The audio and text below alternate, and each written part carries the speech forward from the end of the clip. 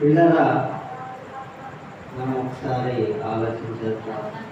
రాత్రి కాలం వేళ పిల్లరా, కూడి వచ్చిన కొద్ది మంది అయినా కూడి వచ్చిన మీకందరికీ మన ప్రభువును రక్షకుడు అయినటువంటి యేసుక్రీస్తు వారి ఉన్నతమైన నామంలో మీకందరికీ కూడా ప్రభు అయిన యేసుక్రీస్తు వారి పేరట ప్రత్యేకమైన వందనాలు. లేదా రాత్రికాలపు వేళ మానవ జీవితానికి వచ్చినటువంటి కొన్ని అమూల్యమైనటువంటి విషయాలు మీతో పంచుకుంటాను.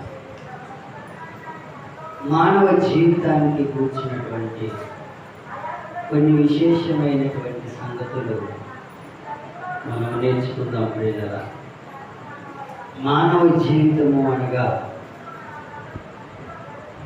మనిషి దేవాతి దేవుడు భూమి మీదకు సకల సృష్టిని కలుగు చేసి ఆయన చేతి పని మీద అధికారం కలిగిన వాడే మనిషి, మానవుడు. దేనికి ఉన్నటువంటి అధికారాన్ని తన పోలికలో తన స్వరూపాన్ని మనకిచ్చి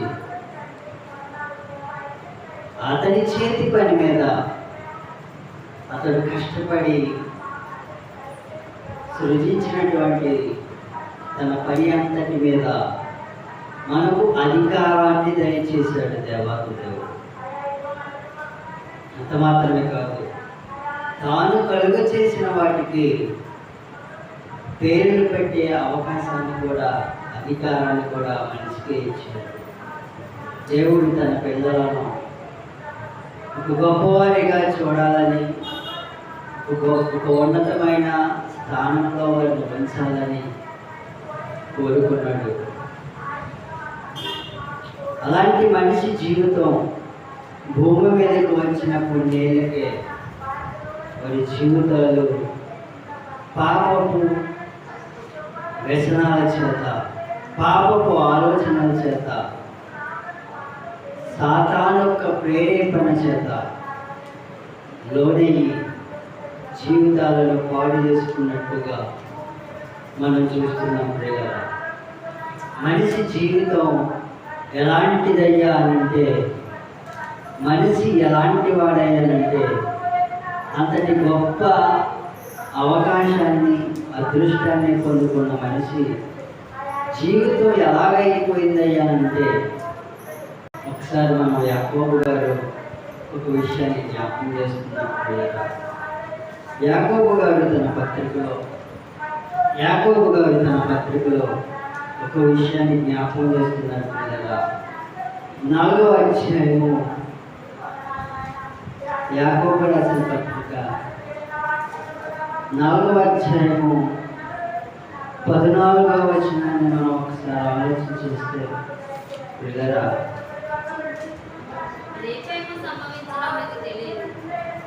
మనుషులకు చెబుతున్నాడు దేవుడు, మనుషులతో అంటున్నాడు, రేపు ఏది సంభవించునో మీకు తెలియదు.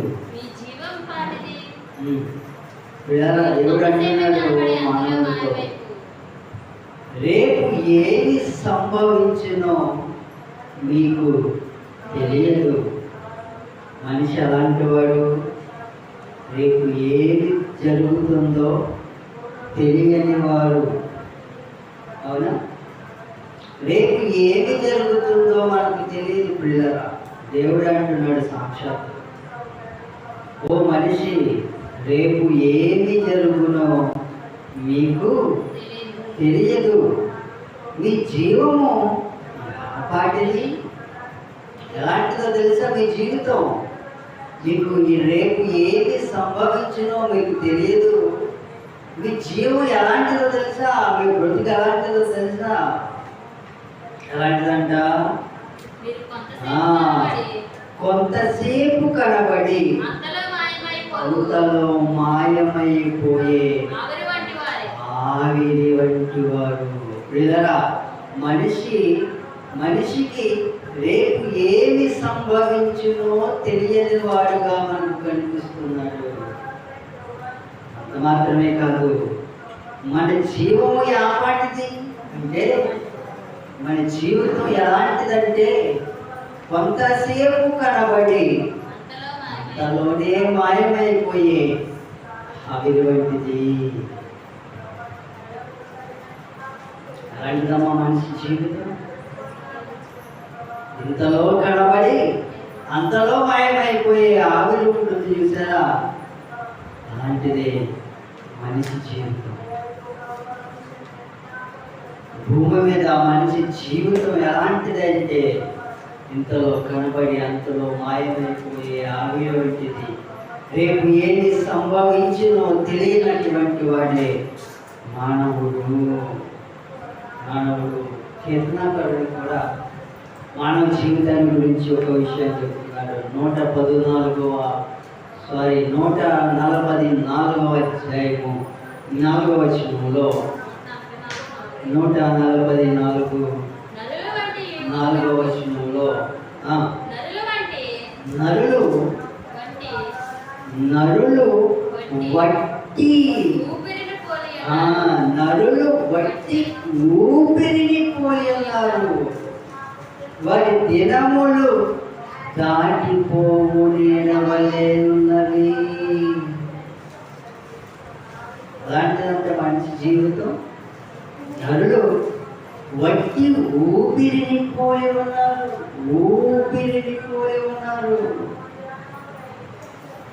వారి దినములు దాటిపోయే నీడ వంటివి. దాటిపోయే నీడను నీడవై ఉన్నది, నీడవలే ఉన్నది. టోటల్గా మనం ఆలోచిస్తే యాకోబు భక్తుడన్నా, ఇక్కడ కీర్తనాకారుడన్నా పిల్లరా మనిషి జీవితాన్ని గురించి చెబుతున్నాడు. ఇంతలో కనబడి అంతలో మాయమైపోయే ఆవిరి వంటి వారు అంటున్నాడు. ఇక్కడ అంటున్నాడు వట్టి ఊపిరిని పోలిన వారై ఉన్నారు. నీడ వంటి వారు. నీడ కనిపిస్తుంది చూసారా, మరలా చూసేసరికి కనిపించదు. మనం ఎక్కడుంటే ఎక్కడ ఉంటుంది, మరలా ఎక్కడో కనిపిస్తుంది నీడ. ఆవిరి వంటి వారము, నీడ వంటి వారము, వట్టి ఊపిరి వంటి వారము. రేపు ఏమి సంభవించునో మనకు తెలియదు. చాలు. ఇలాంటి మనిషి జీవితం ప్రియులరా. మరొక అద్భుతమైన విషయాన్ని చెబుతాను. 90వ కీర్తన 10వ వచనంలో మన ఆయుష్కాలము అమ్మా చదవండి. ఎంత? మన ఆయుష్కాలము, మనిషి ఆయుష్కాలము 70 సంవత్సరములు. దేవాతి దేవుడు మనుషులను సృజించిన తర్వాత వారికి ఆయుష్కాలాన్ని ఇచ్చాడు. బైబిల్ గ్రంథంలో ఎక్కువ సంవత్సరాలు బ్రతికిన వ్యక్తి ఎవరో ఒకరు ఉన్నారు. 5 సంవత్సరాలు బ్రతికిన తెలుసా?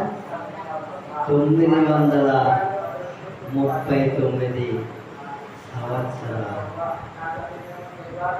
5 సంవత్సరాలు ఉంటాయి. పిల్లగా ఇలాగ మనిషి జీవితము దేవుడు అన్ని సంవత్సరాలు దేవుడు వారికి ఆయుష్నిచ్చి తగ్గించుకుంటూ వచ్చేసాడు దేవుడు. కీర్తనాకారుడి ద్వారా నీడ వంటి వారు అన్నాడు, ఊపిరి వంటి వారు అన్నాడు, నీడ వంటి వారు అన్నాడు. ఇక్కడ 90వ కీర్తనలో 10వ వచనంలో అంటున్నాడు మా ఆయుష్కాలము 70 సంవత్సరములు. 70 సంవత్సరములు. అధిక బలము ఉన్నాయిడలా ఎంతంట? 80 సంవత్సరములు. మనిషి ఆవిష్కారం ఎంత అయ్యారంటే 70 సంవత్సరములు. 70 సంవత్సరములు. ఇంకా అలా అధిక బలం ఉంటే గింజి తాగినవాడు, తాటికాయలు తిన్నవాళ్ళు, ఏ నూకలు కూడు తిన్నవారు, పూర్వీకులు ఎవరైనా ఉంటే, ఇక ఎన్ని సంవత్సరాలు ఒకవేళ అధిక బలం ఉంటే 80 సంవత్సరములు అయినను, ఇక్కడ అంటున్నాడు అయినను వాటి వైభవము ఎలాగంట ఆయాసంతో ఎదగాలి. వాళ్ళకి అధిక బలం ఉన్నాయని 80 సంవత్సరాల ఆయుష్ నీకు ఉందేమో, కానీ ఆ ఆయుష్ కాలంలో నీ బ్రతికి ఎలా ఉంటుందో తెలుసా? ఆయాసం. నీ బ్రతుకులో దుఃఖమే, అది త్వరగా గతించును, మేము ఎగిరిపోదు. అది త్వరగా గతించును, మేము ఎగిరిపోదుము. ఇదండి మనిషి జీవితం, ఇదండి మనిషి జీవిత చరిత్ర. దేవుడు మనుషుల ఆయుష్కాలాన్ని గురించి రాయించినటువంటి విషయాలు నీడ వంటి వారము, ఊపిరి వంటి వారము, ఆవిరి వంటి వారము. రేపు ఏది సంభవించినో మనకు తెలియనటువంటి వారము. మన ఆయుష్కాలము 70 సంవత్సరాల్లో ఒకవేళ ఇంకా అధిక బలం ఉంటే 80 సంవత్సరములు. మన ముందు ఉన్నటువంటి పూర్వీకులకే ఇవన్నీ వర్తిస్తాయి. కానీ పిల్లరా, వారు పుట్టినది మొదలుకొని మరణించేంత వరకు వారి ఆయుష్కాలం కూడా ఇలాంటిదే. ఒక దావీదైనా, ఒక అబ్రహాం అయినా, ఒక నోవా అయినా, ఒక యెహోషువ అయినా, ఒక యేసుక్రీస్తు అయినా, ఒక అబ్రహాం అయినా, ఒక పౌలు గారైనా, వారి జీవితాలు కూడా ఆవిరి వంటివే, నీడ వంటివే, ఊపిరి వంటివే. ఆయుష్కాలం 70 సంవత్సరంలో, అధిక బలం ఉన్న 80 సంవత్సరములే. రేపు ఏమి సంభవించినో వారికి కూడా తెలియదు. కానీ వారి జీవితం భూమి మీద ఎలా ఉందయ్యానంటే చాలా గొప్పగా జీవించారు. మన జీవితము వారి జీవితము ఒకటే, కానీ వారు జీవించినటువంటి బ్రతుకు కాలము, వారు జీవించినటువంటి ఆయుష్కాలము చాలా గొప్పది అంటాను నేను. ఎందుకంటే వారు భూమి మీద మనుషుల జీవితకాలం, ఆయుష్కాలం ఎలాగ ఉన్నదని దేవుడు రాయిస్తే, కానీ భూమి మీద మనుషులు ఏ విధంగా ఉండాలంటే పిల్లరా, ఆవిరి వంటి ఈ మనిషి, నీటి బుడగ వంటి ఈ మనిషి, రేపు ఏది సంభవించినో తెలియనటువంటి ఈ మనిషి భూమి మీద ఏ విధంగా బ్రతకాలో, ఎలా ఉండాలో బైబిల్లో కొందరు భక్తులు మనకు తెలియజేస్తున్నాడు. ఎవరు తెలుసా? ఒక అబ్రహాం గారు మనకు తెలుసు, ఒక దావీదు మనకు తెలుసు, ఒక యెహోషువ మనకు తెలుసు, ఒక నోవాహు మనకు తెలుసు, ఒక యేసుక్రీస్తు తెలుసు, ఒక పౌలు మనకు తెలుసు. వీరందరి జీవితకాలము కూడా మనలాంటి జీవితకాలమేనండి. వారు కూడా మనలాంటి మనుషులే, వారు కూడా మనలాంటి మనుషులే. కానీ వారు భూమి మీద ఏ విధంగా బ్రతికారో, ఎలాంటి బ్రతికారో తెలుసా? పిల్లలు ఒకసారి మనం చూస్తే ఎబ్రీయులకు రాసిన పత్రిక 4వ అధ్యాయము ఎబ్రీయులకు రాసిన పత్రిక 11వ అధ్యాయము 4వ వచనంలో ఒక వ్యక్తిని గురించి కొన్ని విషయాలు అక్కడ రాయబడి ఉన్నాయి. విశ్వాసమును బట్టి హేబెలు కయీను కంటే శ్రేష్టమైన బలి దేవునికి అర్పించెను. దేవుడు అతని అర్పణను గూర్చి సాక్ష్యమిచ్చినప్పుడు అతడు విశ్వాసమును బట్టి నీతిమంతుడని సాక్ష్యం పొందెను. ప్రియులారా, మనిషి జీవితం ఎలాంటిదో మనం తెలుసుకున్నాం. ఒకప్పుడు హేబెలు అనే వ్యక్తి తెలుసు మనకు. అతడు కూడా మొదటి సంతానానికి మొదటి ఆది దంపతులకు కలిగినటువంటి కుమారుడు. అతడు సాక్ష్యం పొందాడంట దేవుడి చేత.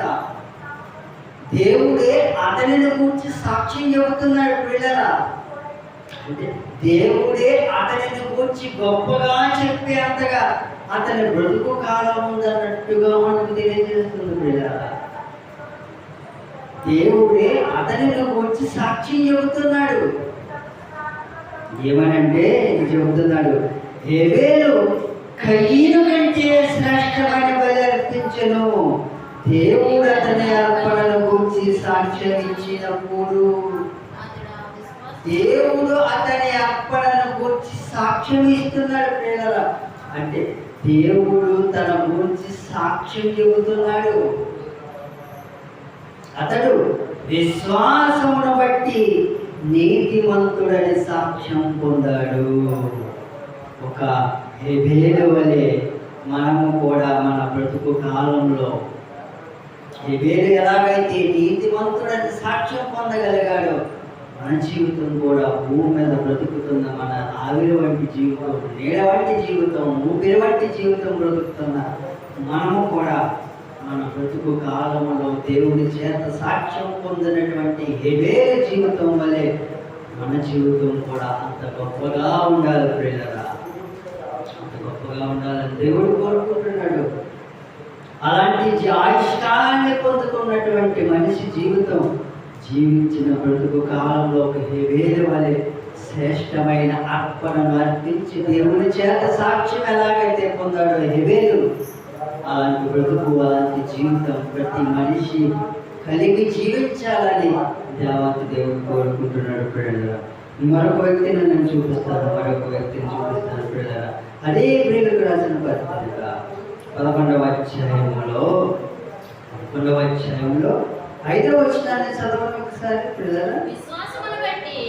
విశ్వాసమును బట్టి హనోకు మరణము చూడకుండునట్లు కొనుకోబడెను. అతడు కొనుకోబడక మునుపు దేవునికి ఇష్టుడని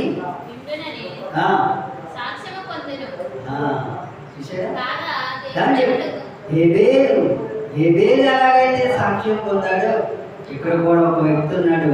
ఆయన ఎవరు? హనోకు. హనోకు జీవితం కూడా ఆవిరి వంటిదే, నీటి వంటిదే, ఆవిరి వంటిదే. రేపు ఏమి సంభవించినో తెలియని జీవితమే. కానీ హనోకు ఏం పొందాడంట? దేవుని చేత సాక్ష్యం పొందాడు. ఏమని? దేవునికి ఇష్టుడు. హనోకు ఎలాంటి వాడట? దేవునికి ఇష్టమైన వాడు పిల్లరా. అంటే భూమి మీద మనిషి బ్రతుకుతున్న బ్రతుకు ఎలా ఉండాలంటే ఒక హేబేలు వలె సాక్ష్యం పొందాలి. ఒక హనోకు వలె దేవునికి ఇష్టమైన వారిగా ఉండాలి.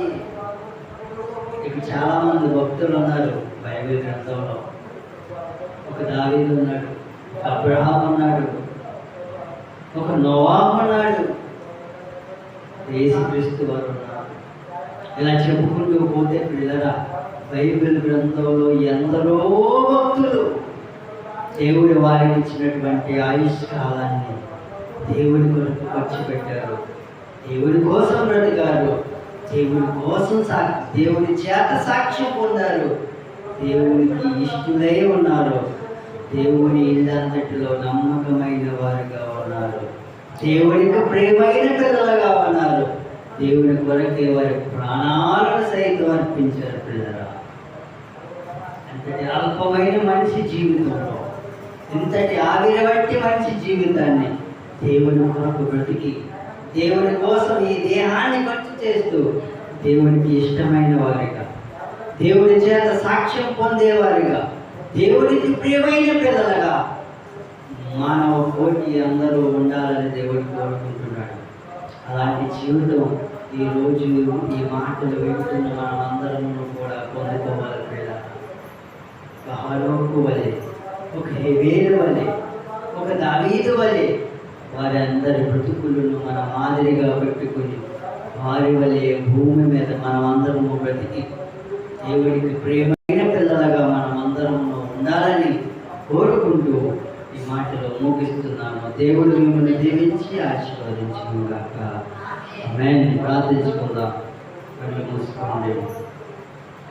ప్రార్థించుకుందాం. కళ్ళు మూసుకోండి. ప్రార్థించుకుందాం. ప్రేమ కలిగిన తండ్రి, మహోన్నతుడా,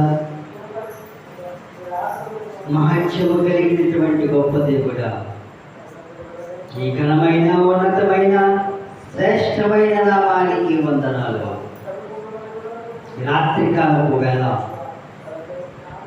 మమ్మల్ని అందరినీ ఒకటిగా సమకూర్చి దేవా, నేను కనపరచుటకును నీ మాట వినుటకును మాకు ఇచ్చినటువంటి గొప్ప ధన్యతను బట్టి నీకు వందనాలు. మేమందరము దేవంత వరకు ఒకటిగా కూర్చి కనపరిచి పాటల ద్వారా నీ నామానికి మహిమ తెచ్చుకున్నందుకే నీకు వందనాలు. చక్కని వాక్య గ్రంథాన్ని మేము చదవము, సహాయపడినందుకు నీకు వందనాలు. ఈ శ్రేష్టమైన మాటలు వినడానికి నీవు ఇచ్చినటువంటి ధన్యతను బట్టే నీకు వందనాలు. వినిపించిన ఈ మాటలు బట్టి దేవ నీకు వందనాలు. మనిషి జీవిత కాలము ఎలాంటిదో మాకు తెలియజేశావు. ఆవిరి వంటిదని, ఇంతలో కనబడి అంతలో మాయమైపోయే ఆవిరి వంటిదని, రేపు ఏది సంభవించినో తెలియని వారమని, వట్టి ఊపిరిని పోలిన వారమని, నీటి వంటి వారమని, నీడ వంటి వారమని, ఆయుష్కాలము 70 సంవత్సరంలో ఇంకా అధిక బలమున్న ఎడల 80 సంవత్సరంలో ఆ జీవితకాలం అంతా దుఃఖము ఆయాసముతోనే మా బ్రతుకు గడపాలని సెలవిచ్చావు. కానీ అలాంటి జీవితాన్ని పొందుకున్నటువంటి భక్తులే మరి జీవితంలో హెబేలు నీ చేత సాక్ష్యం పొందాడు. ఒక హనోకు నీకు ఇష్టడని సాక్ష్యం పొందాడు. ఒక దావీదు నీకు స్నేహితుడిగా ఉన్నాడు.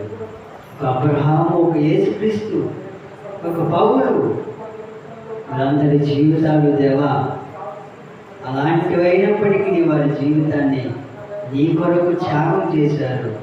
నీ కొరకే వారి శరీరాన్ని నలగొట్టుకున్నారు. నీ కొరకు బ్రతికారు. నీకు ఇష్టమైన వారిగా ఈ భూమి మీద బ్రతకడానికి ప్రయత్నం చేస్తారు ప్రభా. ఈ మాటలు విన్న మేము కూడా అలాంటి వారమే. కానీ భక్తుల జీవితాలను మా ఎదుట ఉంచుకొని భక్తుల వలె మేము కూడా నీ చేత సాక్ష్యం పొందేవారుగా, నీకు ఇష్టమైన వారిగా, నీకు ప్రియమైన వాళ్ళగా, నీ కొరకు ప్రాణాన్ని సైతం ఇవ్వడానికి సిద్ధపడేవారుగా మాకు కూడా అట్టి మనసును దయచేయండి. అట్టి విశ్వాసాన్ని, అట్టి నమ్ముకుని మాకు దయచేయండి. ఈ మాటలు విన్న ప్రతి బిడ్డను మీరు దీవించండి, ఆశీర్వదించండి దేవా. వారికి ఉన్నటువంటి ప్రతి అవసరతలను తీర్చండి. ఈ సన్నిధిలో ఉన్నతమైన వారిగా, గొప్పవారిగా తీర్చిదిద్దమని అడుగుతున్న దేవా నీకు వందనాలు. చదువుతున్న బిడ్డలు ఉన్నారు, వారికి జ్ఞానాన్ని దయచేయండి. ప్రయాణం చేస్తున్న బిడ్డలు ఉన్నారు, వారు రాకపోకలు తోడుగా ఉన్నారు. వృద్ధాప్యంలో ఉన్నవారు చంటి బిడ్డలను జ్ఞాపకం చేసుకోండి. త్రాగుచున్న పాలలోనూ, తిరుగుచున్న ఆహారంలోనూ తోడుగా ఉండండి. శక్తి బలాన్ని దయచేయండి. కష్టపడి ఏ బిడ్డలైతే పని చేస్తున్నారో దేవా, వారందరిని బట్టి నీకు ప్రార్థిస్తున్నాం ప్రభా. శక్తిని, బలాన్ని, ఆరోగ్యాన్ని దయచేయండి. వాతావరణాన్ని మీ స్వాధీనంలో ఉంచుకోండి. ఎవరికి ఎటువంటి అనారోగ్యము లేకుండా దేవా ఆరోగ్యవంతులుగా మరి పని చేసుకుంటూ, నీ మాటలు వింటూ, నీ కొరకు బ్రతికే అవకాశాన్ని బిడ్డలకు దయచేయండి దేవా. ఈ మాటలు ఉన్న ప్రతి బిడ్డను జ్ఞాపకం చేసుకోండి. వారి అవసరాలను తీర్చండి, వారి అక్కర్లను తీర్చండి దేవా. అనారోగ్య పాలై హాస్పిటల్లో పడి ఉన్న బిడ్డను బట్టి నీకు వందనాలు దేవా. అందరికీ సంపూర్ణమైన ఆరోగ్యాన్ని దయచేయండి. ఆరోగ్యవంతులుగా మరలా గృహానికి రావడానికి కృప చూపించండి. ఇతర దేశాల్లో ఉంటున్న మా ప్రియమైన వారందరి గురించి ప్రార్థిస్తున్నాం దేవా. వారందరినీ చల్లగా కాపాడండి. పనిచేసుకోవడానికి శక్తిని, జ్ఞానాన్ని దయచేయండి, ఆరోగ్యాన్ని దయచేయండి. క్షేమంగా వెళ్ళడానికి కృప చూపించారు, మరలా క్షేమంగా రావడానికి కృప చూపించండి. రేపటి దినం నుంచి జరగబోయే ప్రతి కార్యక్రమాన్ని మీ చేతులకు అప్పగిస్తున్నాము. వాటినన్నిటినీ మీ నామానికి మహిమకరంగా జరిగించుకున్నదేవా. ఈ మాటలు వెళ్ళి మేము గృహానికి వదులుతుండగా క్షేమంగా గృహానికి చేర్చండి. సుఖమైన నిద్రను ప్రసాదించండి. ఉదయాన్నే లేచి మీ నామాన్ని కనపరిచే భాగ్యాన్ని ప్రసాదించండి.